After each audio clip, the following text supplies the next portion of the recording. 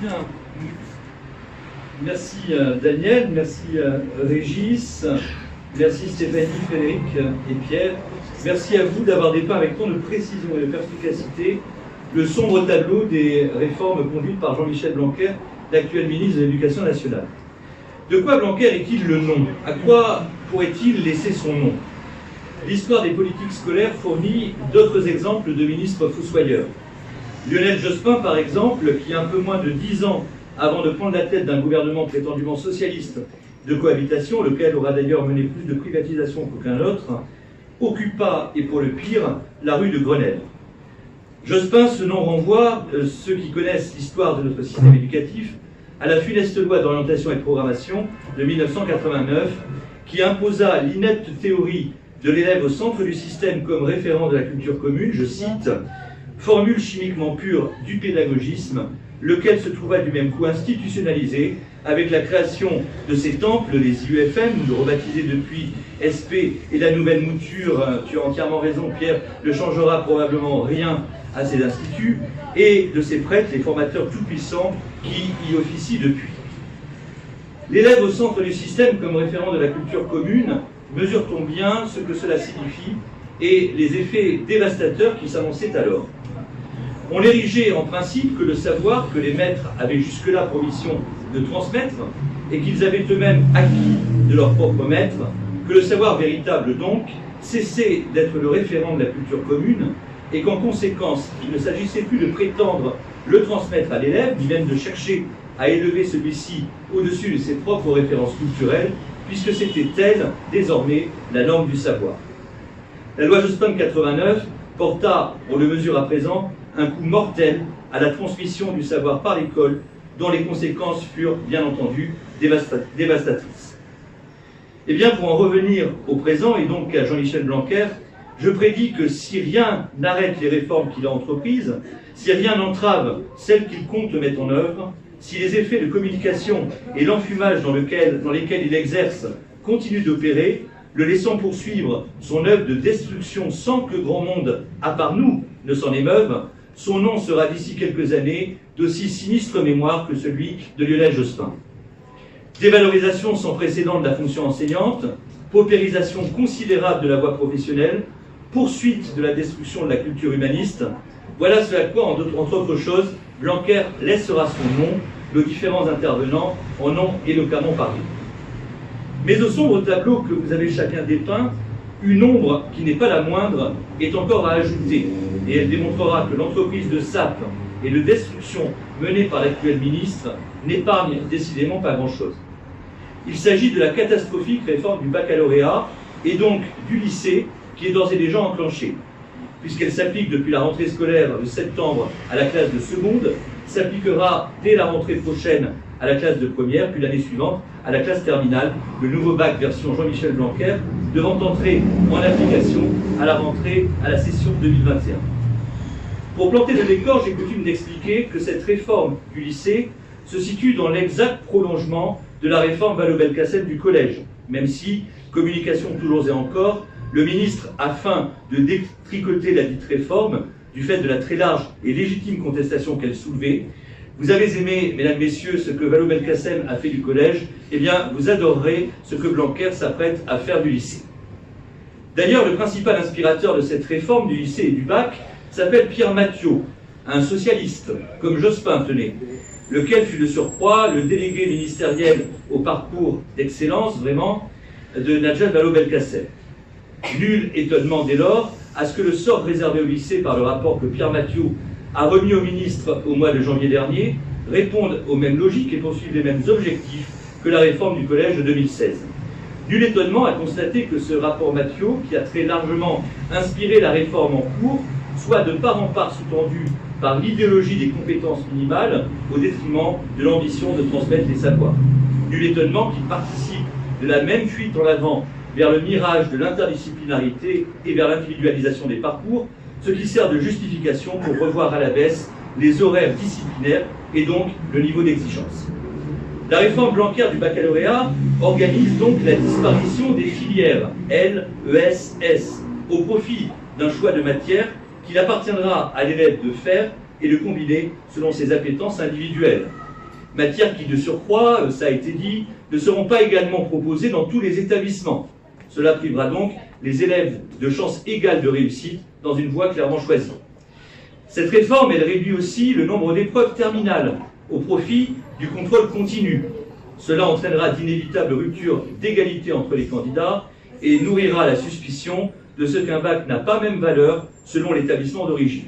Elle institue en outre un grand oral sur le modèle des TPE, des travaux personnels encadrés, sans que ceux-ci, institués en 2000 par Claude Allègre, n'aient jamais vraiment été audités, alors qu'ils accentuent eux aussi les inégalités d'origine, révélées en l'espèce par l'aisance à l'oral, auxquelles les candidats sont livrés dans la plus grande impréparation. Cela ne peut que renforcer, de surcroît, l'arbitraire dans l'évaluation. On comprend bien ce qui inspire la réforme du bac, réduire les coûts d'organisation, certes très importante, de l'examen.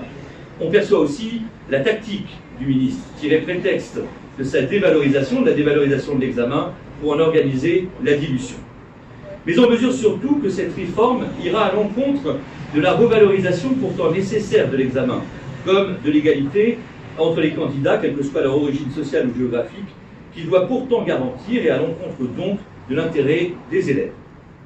Certes, au cours des 30 dernières années, le bac s'est trouvé progressivement dévalorisé, au point d'être vidé d'une bonne part de sa substance, aussi bien envisagée sous l'angle du niveau d'exigence que sous celui des contenus enseignés. À titre d'exemple, on démontrait systématiquement les théorèmes en série scientifique avant la loi Jospin de 89, on a cessé de le faire, on a demandé aux élèves de série scientifique donc de les admettre à partir de cette réforme Jospin. Cette dévalorisation du bac, laquelle une nouvelle fois est largement imputable donc à la réforme Jospin de 89, a notamment répondu au souci de démocratiser le lycée et l'accès à l'enseignement supérieur. L'intention, mais l'enfer n'est-il pas pavé de bonnes intentions, était sans doute de rendre le système plus égalitaire. Mais la dévalorisation continue de l'examen révèle qu'on a commis un contresens magistral sur l'égalité, exactement de même, le même contresens qui avait présidé dans les années 70 à l'institution du collège unique. Quelle est donc la valeur d'un examen que 88% des candidats obtiennent? Il semble que poser cette question, ce soit déjà y répondre. On a souvent rapporté cette pseudo-démocratisation, procédant donc d'un contresens total sur l'égalité, à l'objectif qu'avait formulé Jean-Pierre Chevènement lorsqu'il était à la tête du ministère, celui de conduire 80% d'une classe d'âge au niveau du baccalauréat. Notez simplement que dans l'esprit de Chevènement, qui comprenait quelque chose à l'égalité républicaine, lui, il ne s'est jamais agi de donner le bac à la quasi-totalité des candidats, mais de les conduire du moins à un niveau équivalent et dans le contexte de surcroît où l'on instituait le bac professionnel. Sous prétexte de l'effondrement des contenus et de la constante révision à la baisse des exigences qui ont provoqué et amplifié l'ensemble des politiques scolaires menées depuis les années 80, sous prétexte de revaloriser un bac déjà très largement atteint dans sa substance et dans son contenu, l'actuel ministre s'apprête aujourd'hui à en détruire la forme, intrinsèquement républicaine pourtant, d'examen terminal, anonyme et national, et rapporter à la place centrale de l'examen dans l'architecture d'ensemble de l'école républicaine, c'est, et je pèse mes mots, un véritable crime de lèse-république qu'on commet en le détruisant jusque dans sa forme, après en avoir effondré le contenu. De toute évidence, le baccalauréat doit demeurer un examen terminal marquant l'achèvement des études secondaires et qui reste le premier grade universitaire, ce qu'il est depuis sa création en 1808. Il doit rester pareillement un examen anonyme, car cela évidemment est garant de ce que rien d'arbitraire n'entre dans la notation, et il doit rester, au titre de l'exigence d'égalité bien sûr, un examen national. Au lieu de détruire tout cela, il fallait bien au contraire redonner au bac de la substance, en réaffirmant les cadres disciplinaires qui délimitent des domaines précis du savoir, où sa transmission peut opérer, ce qui exige de supprimer les pseudo-enseignements pluridisciplinaires, en dotant les disciplines d'horaires suffisants et en respécifiant les séries, voies de spécialisation et d'orientation vers l'enseignement supérieur. En somme, tout l'inverse de ce que met en œuvre la présente réforme. La suppression des séries, c'est notamment, et vous me permettrez, en tant que professeur de philosophie, de le déplorer tout particulièrement, la destruction de l'ancienne classe de philosophie. En toute franchise, je n'aurais pas cru devoir assister à pareille dilapidation, à pareil saccage au cours de ma carrière. Blanquer, c'est donc, en plus de tout ce qu'ont désigné tout au long de cette conférence de différents intervenants, la destruction pure et simple du baccalauréat, premier grade universitaire depuis sa création, qui constituait la clé de voûte de notre système national d'enseignement. Ce sont donc plus de 2 siècles d'héritage qu'on dilapide et une époque qui avait fait l'excellence de notre système d'enseignement qu'on finit d'enterrer. Mais que disent dans ces conditions nos adversaires politiques, qui s'inscrivent aussi dans l'opposition au gouvernement auquel appartient l'actuel ministre de l'Éducation nationale, ce gouvernement dont il est même, à en croire le discours dominant qui irrigue une bonne part de l'opinion, un ministre reconnu pour ses compétences, admiré pour sa détermination à réformer, bref, une star comme l'ont désigné avec complaisance plusieurs médias. Chez LR, on ne dit rien, ou pas grand-chose, tant en matière scolaire aussi, ces réformes menées par l'actuel gouvernement, on aurait tant aimé les faire à sa place et à l'identique.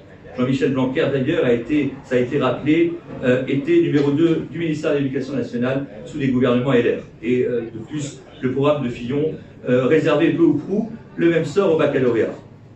D'autres, par contre, nous ont sidérés par la naïveté avec laquelle ils considèrent la politique du ministre. Quelle naïveté, en effet, quelle ignorance des dossiers et des enjeux, quelle cécité face à la réalité de ce qui se trame que de voir dans cette politique une victoire idéologique, comme l'avait martelé lors du lancement de son forum dédié à l'école, un parti politique qu'on avait un temps cru de gouvernement, mais qui est devenu, dans l'intervalle nous séparant de la dernière élection présidentielle, un lobby anti-immigration. Clairement, nous faisons la différence de par notre lucidité et de par la justesse de nos analyses. Concernant à présent les organisations internes à l'éducation nationale, comme par exemple la FCPE, principale fédération de parents d'élèves de l'enseignement public, eh bien, comme à l'habitude, la FCPE, elle soutient et encourage les pires des réformes, en l'occurrence, en ce moment, celle du bac, qui ne fait donc pas exception. Ainsi s'est-elle explicitement prononcée en faveur d'un allègement de l'examen terminal, lequel serait source de stress, au profit du contrôle continu, et a-t-elle simplement regretté que la réforme ne soit pas aussi appliquée au bac technologique. C'est pourquoi, alors que se tiennent depuis hier et également aujourd'hui les élections des représentants des parents d'élèves des écoles, collèges et lycées, il va sans dire que nous avons publiquement appelé à ce qu'aucune voix ne se porte sur cette organisation, et je saisis l'occasion de cette conférence, il y a des parents dans l'assistance pour réitérer cet appel. Parents, n'élisez pas de représentants FCPE, car cette organisation est co-responsable de la situation catastrophique dans laquelle se trouve aujourd'hui l'école de la République. Nous sommes également résolus à faire entendre notre voix à l'occasion des prochaines élections professionnelles de l'éducation nationale qui se tiendront du 29 novembre au 6 décembre prochain. Cette voix qui est la nôtre, je le redis, ne manque pas de portée, parce que le positionnement, assis sur un véritable travail de fond, suscite le respect parmi les professionnels de l'éducation, ou à défaut le débat, ce qui est déjà en soi une victoire. Aussi, ne manquerons-nous pas de peser sur ces très prochaines élections professionnelles, comme nous avions pesé sur les précédentes, celles de 2014. Cela avait d'ailleurs été largement reconnu par la presse, comme par la ministre d'alors, interrogée en direct sur France 3 sur notre influence. Nous saurons faire la part des choses à l'occasion de ces élections professionnelles et le faire savoir entre les organisations syndicales qui, dans le cadre du Conseil supérieur de l'éducation notamment, eh bien, approuvent ou accompagnent les réformes. Nous dénoncerons les turpitudes des syndicats qui, sous prétexte de s'inscrire dans une démarche réformiste, approuvent ces réformes, aussi délétères soient-elles, ou, de façon plus retorse, s'abstiennent lors des votes, après s'être soigneusement assurés de ce que leur abstention ne ferait aucunement obstacle aux réformes soumises à leur vote, procédé dont est coutumier le principal syndicat majoritaire dans le second degré. Et nous appellerons naturellement nos collègues à voter pour les seuls syndicats qui auront explicitement formulé leur opposition à l'égard de la politique actuellement conduite. Je l'ai dit à plusieurs reprises, l'ensemble de nos positionnements sont articulés à des conceptions claires de ce que l'école de la République doit être. Conceptions qui orientent bien sûr le travail de fond que j'évoquais lors de mon propos introductif, le travail programmatique que nous menons. Ainsi, je souhaiterais, pour terminer, rappeler nos principales perspectives en vue de la refondation et de la reconstruction de notre système scolaire.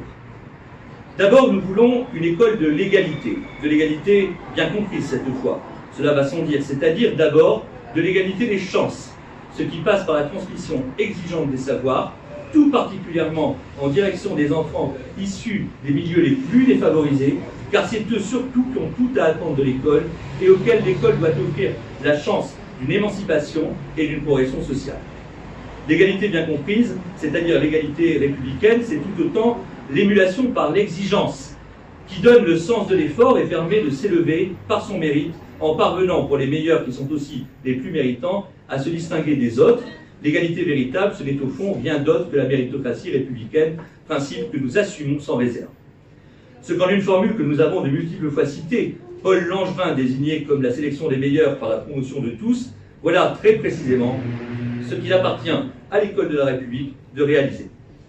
En deuxième lieu, nous voulons une école qui soit une école de la transmission.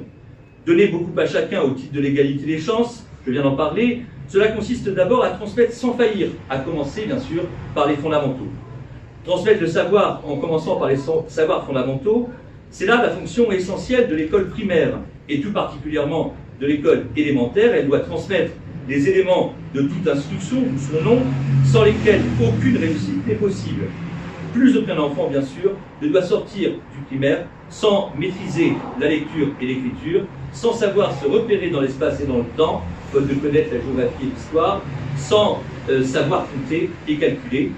Il faudra donc réformer l'enseignement primaire pour le recentrer sur ses missions essentielles, en redéfinissant les contenus enseignés, mais aussi les méthodes d'enseignement, éclairées du sens des priorités. Il est tout particulièrement nécessaire de consacrer à l'école primaire la moitié du temps d'enseignement au français.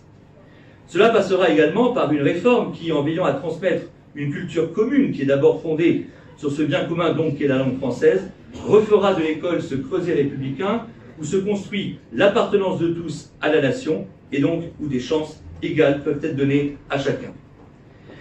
En troisième lieu, l'école que nous voulons, c'est donc une école de l'assimilation qui assimile chaque enfant, chaque jeune, quelles que soient ses origines, à la seule communauté qui vaille, à savoir la nation.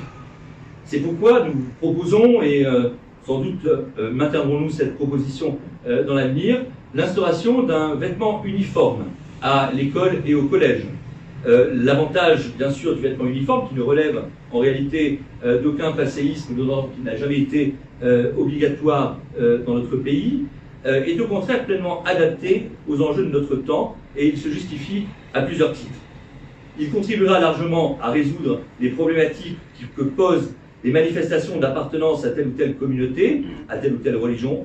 Il estompera par ailleurs les différences d'origine sociale qu'il appartient à l'école de transcender et qui se signalent souvent par la tenue vestimentaire. Il contribuera à recentrer l'attention des élèves trop souvent détournés par l'insignifiant, la mode notamment, en les reconduisant à l'essentiel, leur progression dans l'acquisition des connaissances, le goût de l'étude et le sens de l'effort. En quatrième lieu, l'école que nous voulons, c'est une école du respect et de l'autorité. Pour que celle-ci renoue effectivement avec ses missions, il est impératif que les enseignants soient rétablis dans leur fonction de maître, ce dont dépend l'autorité dont ils sont investis et qu'il leur appartient d'incarner. L'autorité qui doit être distinguée de la sanction est bien plutôt ce qui inspire naturellement le respect. Et le respect qu'inspire le maître tient d'abord à ses compétences. C'est cela qui le légitime dans sa fonction, dont il importe qu'il ait une grande idée, tant les missions qu'il exerce dans le cadre d'un service organique de la République, l'école, sont non seulement d'intérêt général, mais engagent également l'avenir de la nation. Il faudra, à cet égard, revoir en profondeur la formation des maîtres, mettre un terme aux aspects et autres avatars de ces instituts, temples du pédagogisme. La formation des maîtres doit à ce titre renouer avec le bon sens, qui tient d'abord à cette évidence que l'élève n'est nullement l'égal du maître. Entre l'un et l'autre, une salutaire asymétrie existe, car elle est la condition de la transmission du savoir. Le maître n'est nullement l'égal de l'élève, car il est celui qui détient un savoir, celui qui sait et qui transmet ce savoir à l'élève qui, lui, ne sait pas encore et qui est à l'école pour apprendre. Le maître n'est ni un accompagnateur vers le savoir, ni un éducateur. Il n'a pas à nouer des rapports de camaraderie avec ses élèves, mais doit maintenir une distance, la verticalité d'un rapport. C'est en effet à cette condition que l'instituteur, comme l'on disait encore récemment, ou le professeur, celui qui est reconnu comme compétent en un domaine particulier, est pleinement un maître dont l'autorité indiscutée inspire naturellement le respect. Mais l'accomplissement par les maîtres de leur noble mission suppose la sanctuarisation des établissements, lieu dédié à la transmission du savoir et où ne saurait donc être tolérée la moindre incivilité et a fortiori tout ce qui pourrait menacer la sécurité des élèves comme des personnels. Les tensions, les conflits, communautaires notamment, qui s'expriment bien souvent à travers la délinquance ordinaire et minent notre société, ne sauraient avoir de place à l'école, laquelle doit au contraire devenir emblématique d'une France apaisée. Et les conditions de cet apaisement, comme de cette sanctuarisation, résident bel et bien dans la triple exigence de laïcité, de neutralité et de sécurité. La laïcité peut en effet totalement prévaloir, ce à quoi le port d'un vêtement uniforme contribuera, car elle est un principe d'apaisement et une condition de pacification sociale. Quand les manifestations d'appartenance religieuse ou les tentations prosélytes divisent et menacent l'unité de la nation. La neutralité, idéologique en tout premier lieu, doit être, elle aussi, la norme commune dans les établissements, où aucun intérêt partisan ne saurait avoir droit de citer, car cela contrevient à la mission d'intérêt général qui est celle de l'école. La sécurité, enfin, doit être dans l'enceinte des établissements, comme à leurs abords, strictement garantie, par la mise en place de dispositifs adéquats, par des mesures coercitives lorsque cela est nécessaire, et lorsqu'il y a lieu, par des sanctions qui doivent être effectivement appliquées. Telles sont les conditions pour que les établissements scolaires, trop souvent gangrénés par les incivilités, ce qui entrave bien entendu la mission de transmission du savoir, eh bien, redeviennent des lieux où cette transmission ait lieu. L'école que nous voulons est en dernier lieu une école de la sélection juste et de l'orientation positive. Pour que notre école et notre université aussi permettent la sélection des meilleurs par la promotion de tous, encore faut-il bien sûr qu'elle propose à chacun, selon ses aptitudes et ses goûts, des voies permettant de s'accomplir en trouvant du sens, des raisons d'épanouissement personnel et des motifs de reconnaissance sociale. Ce sont là des conditions pour que l'orientation des uns et des autres se fasse de façon raisonnée et pour que la nécessaire sélection entre ceux qui suivront des études longues et ceux qui s'orientent vers des métiers plus manuels et techniques ne soit vécue par personne comme un échec ou une relégation. L'une des principales exigences ici est la revalorisation de la voie professionnelle, qui ne doit plus être choisie par défaut. L'impératif est de revaloriser l'apprentissage qui doit faire, et sans nul doute précocement, l'objet d'un choix pleinement volontaire et positif, cela ne pouvant être le cas qu'à partir du moment où cette filière sera absolument qualifiante, où les apprentis comme les employeurs y trouveront les uns et les autres leur compte, ces choses réalistes, du fait des débouchés qui d'ailleurs existent. C'est de surcroît ce que doit viser une volonté politique qui, à juste titre, ne consent pas à la mort progressive de notre artisanat, de nos commerces et de notre industrie. De façon générale, c'est donc à une grande réforme du système scolaire et d'enseignement supérieur, le refondant sur la pratique de l'orientation juste, positive et de la sélection juste, qu'il faudra procéder. Lorsqu'aucune sélection n'est opérée, ce qui est singulièrement le cas au collège, le collège unique, et dans certaines filières universitaires, ces conséquences inévitables à la massification et à l'abaissement du niveau, à la dévalorisation des diplômes qu'on assiste. Il faudra ainsi procéder à la suppression progressive du collège unique, qui, sous prétexte de faussement démocratiser le collège, a fait triompher la médiocrité et produit un échec scolaire massif. Il faudra réintroduire, dès le premier cycle du secondaire, un palier de sélection juste permettant, sur fond de revalorisation de cette voie, notamment donc l'orientation vers la voie professionnelle et plus particulièrement vers l'apprentissage. Par ailleurs, cette orientation ne sera juste que si, bien évidemment, elle trouve sa justification par les aptitudes et les goûts effectivement manifestés par les adolescents, outre qu'elle supposera que soit donné en amont à chacun des chances égales, à tous des chances égales. Pardonnez-moi. Au niveau supérieur des études, il faudra, c'est également un impératif, et ceci dans le bien des étudiants et de leurs familles, introduire de la sélection à l'université. À l'exception de certaines filières par nature sélective, comme la médecine, le drame de l'université, c'est aussi la massification. Battant en brèche toute sélection, on laisse s'engager dans de nombreuses filières pléthore d'étudiants en les condamnant à l'échec ou, ce qui revient au même, à décrocher des diplômes sans réelle valeur.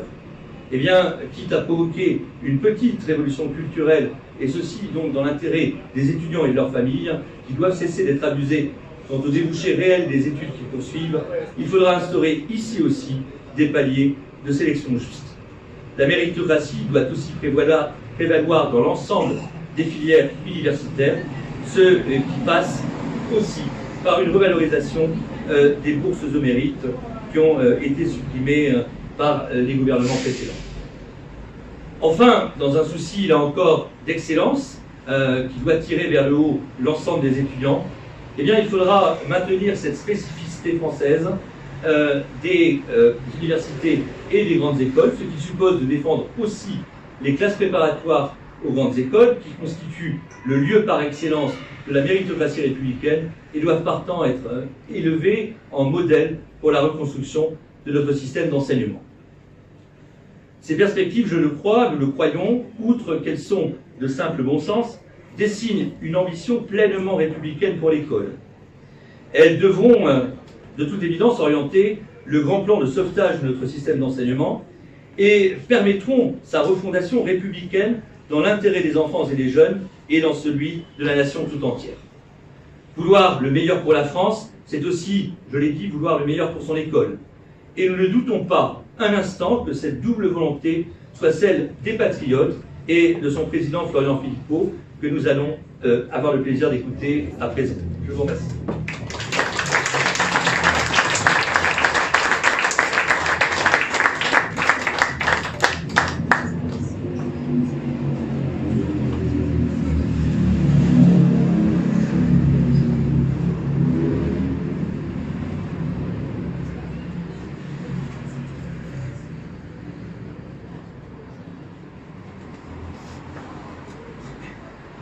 Chers amis, participer à cet anniversaire de l'association Racine, c'est bien sûr pour moi un grand bonheur. Et je remercie évidemment l'ensemble des intervenants, en premier lieu le président de l'association Alain Vélo, pour cet après-midi. Je remercie au passage évidemment l'ensemble des animateurs au quotidien de l'association Racine, qui, je le sais, fournissent un travail tout à fait remarquable et remarqué, comme il a été précisé tout à l'heure. Je suis fier de tout le travail accompli depuis 5 ans au service de l'école de la République. Je suis fier des thèmes débattus, des propositions faites, des idées avancées. Et plus que jamais, je crois ce travail absolument indispensable au débat public dans notre pays. Malheureusement, les menaces qui pèsent sur l'école ne font que s'aggraver. Ça a été, je crois, bien dit cet après-midi. D'abord, l'influence des théories néfastes qui règnent au ministère de l'Éducation nationale continue à se faire sentir. Peut-être même plus que jamais. Oh, Jean-Michel Blanquer peut bien faire un peu d'enfumage avec des promesses jetées en l'air de temps en temps. Il suffit de regarder ce qu'il fait réellement ou ce qu'il ne fait pas pour voir que rien n'a changé. En réalité, rien n'a changé depuis la période où Najat Vallaud-Belkacem était elle-même ministre. La réforme du baccalauréat sera une étape de plus dans la destruction progressive de cet examen et de l'exigence qu'il demandait autrefois. Parcoursup n'est que le petit frère d'APB et semble laisser encore plus de lycéens dans l'angoisse, l'incertitude et les amener à faire des choix par défaut, loin de ce qu'ils souhaitent ou de ce qu'ils seraient le plus aptes à faire. La désastreuse réforme du collège est toujours en place, bien sûr, et va continuer logiquement à produire ses effets. Quant aux primaires, si les classes de CP de certains quartiers sont dédoublées, ailleurs, des classes, voire des écoles entières ferment, et rien n'est fait pour améliorer sérieusement les compétences en lecture, en écriture et en calcul des élèves. C'est pourtant, on en est, je crois, tous d'accord ici, la seule chose qui compte et qui devrait préoccuper largement, chaque jour, le ministère. Ne parlons pas évidemment de revaloriser le statut des enseignants. Avec l'austérité imposée par Bruxelles, on sait bien qu'il n'en est pas question. C'est dramatique car les difficultés de recrutement sont de plus en plus fortes. Et pas seulement pour des questions de rémunération.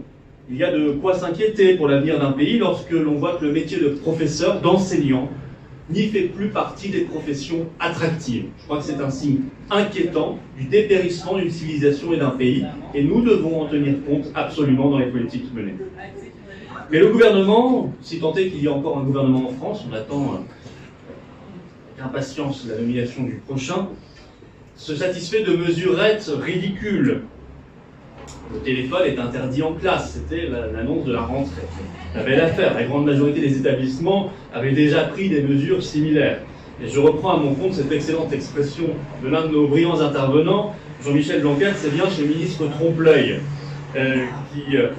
qui agite en permanence des mots, mais qui, dans la réalité, ne fait pas grand-chose, ou fait l'inverse.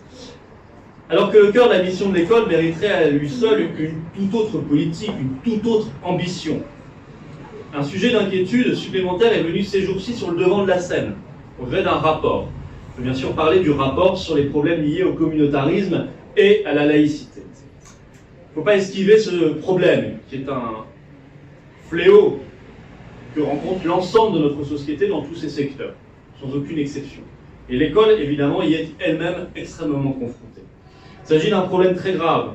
Comment imaginer que des enfants qui refusent de se plier aux règles les plus ordinaires de la vie commune, qui, ça a été écrit dans ce rapport, s'indignent de la couleur du mobilier, refusent le contact avec leurs camarades de l'autre sexe, contestent le contenu de certains enseignements, puissent devenir un jour des citoyens français parfaitement républicains et décidés à défendre les valeurs de la France.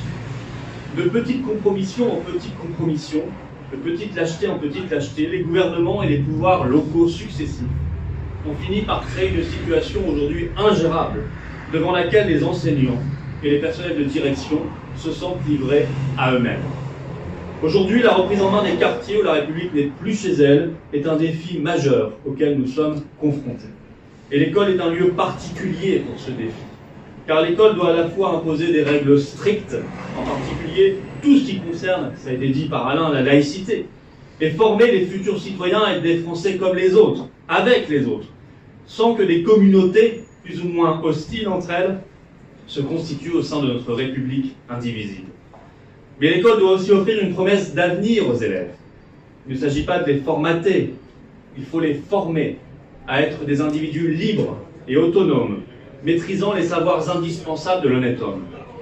Il faut donc une laïcité stricte, sans compromis. L'école de la République a des règles qui doivent être absolument maintenues à tous les niveaux. Il ne faut plus céder à la moindre revendication communautariste, car on sait désormais que dès que l'une est acceptée, la suivante fait surface. La République respecte toutes les croyances, bien sûr, mais ne peut pas admettre qu'elle fasse naître des divisions entre ses enfants. Rappelons-nous du temps de la Troisième République. On n'y reviendra pas, hein, mais on peut s'inspirer de certains principes pour les moderniser et les adapter au temps de l'époque et au temps à venir. Rappelons-nous donc du temps de la Troisième République, lorsque les instituteurs devaient convaincre les ouvriers et les paysans d'envoyer leurs enfants le plus longtemps possible à l'école, alors que les maîtres au travail rémunérés au plus tôt semblaient souvent la meilleure solution pour les familles pauvres. À cette époque-là, les instituteurs étaient surnommés les hussards noirs de la République, vous le savez. Ce dont la France a besoin aujourd'hui, c'est d'une nouvelle génération de hussards noirs courageux. Mais elle doit les protéger, les soutenir dans leur action, ce qu'elle ne fait hélas plus. Les enseignants dévoués existent, bien sûr. Il y en a quelques-uns dans cette salle. C'est le cas de ceux qui sont ici et nous en connaissons tous. L'État doit adopter les mesures nécessaires pour les aider, non seulement par des mesures financières, mais aussi par le soutien de la hiérarchie et par une politique de sûreté et de sécurité rétablissant enfin la sérénité dans l'ensemble des établissements scolaires. La lutte contre le communautarisme ne doit pas faire oublier la mission première de l'école, instruire.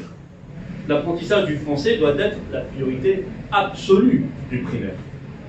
Que les élèves apprennent des langues vivantes au cours de leur cursus, oui, bien sûr, 100 fois oui, évidemment. Et pourquoi même pas l'arabe, comme l'a dit le ministre, langue internationale avec de nombreux locuteurs. Mais il faut sortir de la logique perverse des langues dites d'origine. Ça, c'est différent. Au départ, dans les années 70, on a mis en place ce qu'on a appelé les enseignements des langues et cultures d'origine, à destination des enfants de familles immigrées, car on considérait que ces immigrés et leurs familles repartiraient un jour dans leur pays d'origine et que leurs enfants devaient donc pouvoir s'y intégrer. C'était logique. C'est pas ce qui s'est passé, ce n'est pas ce qui s'est passé, nous le savons. Aujourd'hui, ces enseignements ne se justifient donc plus. L'enseignement de l'arabe doit être considéré comme l'enseignement de n'importe quelle autre langue étrangère. Et l'école primaire doit se concentrer évidemment avant tout sur la maîtrise de la langue française. Car lorsqu'on a bien appris la grammaire du français et la logique du langage, c'est plus facile d'apprendre ensuite d'autres langues. À vouloir tout étudier en même temps, et avec de mauvaises méthodes d'apprentissage, on finit avec des élèves qui sortent du lycée en faisant toujours les mêmes monstrueuses fautes de langue, en français, mais aussi en anglais ou dans toute autre langue. L'orientation est aussi un chantier important à prévoir.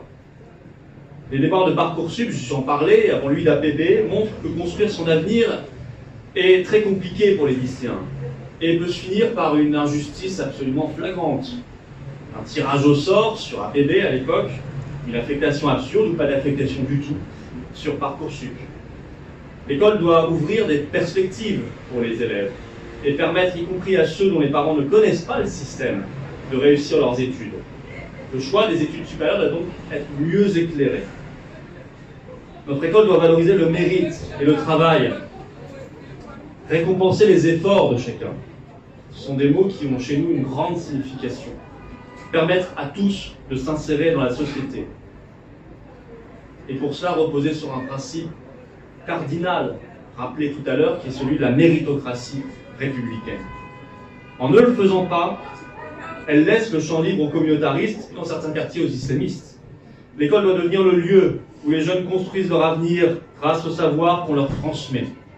Elle doit être exigeante, c'est là le secret. L'exigence et l'égalité, ça va ensemble. L'exigence et l'égalité des chances, ça va ensemble et ça ne s'oppose pas, contrairement à ce qu'on a cru et dit ou fait croire pendant des dizaines d'années. On a cru créer l'égalité en renonçant à l'exigence. En réalité, on n'a fait que démultiplier les inégalités. Une bonne école publique est une école à laquelle ni l'argent, ni la culture ou les réseaux des parents ne peuvent ajouter quoi que ce soit à l'instruction reçue par les élèves. L'école actuelle, malheureusement, creuse les inégalités. Le constat s'aggrave chaque année. La possibilité d'avoir recours à des cours particuliers ou la chance d'avoir des parents qui comprennent et maîtrisent les arcanes du système scolaire, et c'est pas toujours évident, sont des facteurs déterminants dans la réussite des élèves. On le sait bien, et ça n'est pas acceptable. Pour que les élèves ne se sentent pas floués par l'école et qu'elle redevienne une chance pour tous, il est nécessaire qu'elle exige le meilleur de chacun et qu'elle propose le meilleur à chacun. L'objectif doit être clair. Lire, écrire, compter à la fin du primaire. Et une solide culture générale à la fin du secondaire, permettant non seulement une orientation professionnelle adéquate, mais aussi une réflexion politique, intellectuelle, digne du citoyen d'un régime démocratique. Ne l'oublions pas, la souveraineté du peuple, c'est d'abord et avant tout celle des citoyens. Pour la qualité du débat public et de la démocratie, il est vital que l'école donne à tous les connaissances et les outils appropriés. Alors oui, les défis qui attendent l'école sont immenses, mais nous avons un avantage, nous savons dans quelle direction nous devons aller. Nous avons besoin de les préparer, et c'est ce à quoi travaille votre association Racine. C'est pourquoi je vous remercie tous encore une fois de votre vive implication, de votre énergie, de votre enthousiasme, et bien sûr j'attends avec impatience vos prochains travaux. Très bel anniversaire à l'association Racine, vive l'école de la République et vive la France.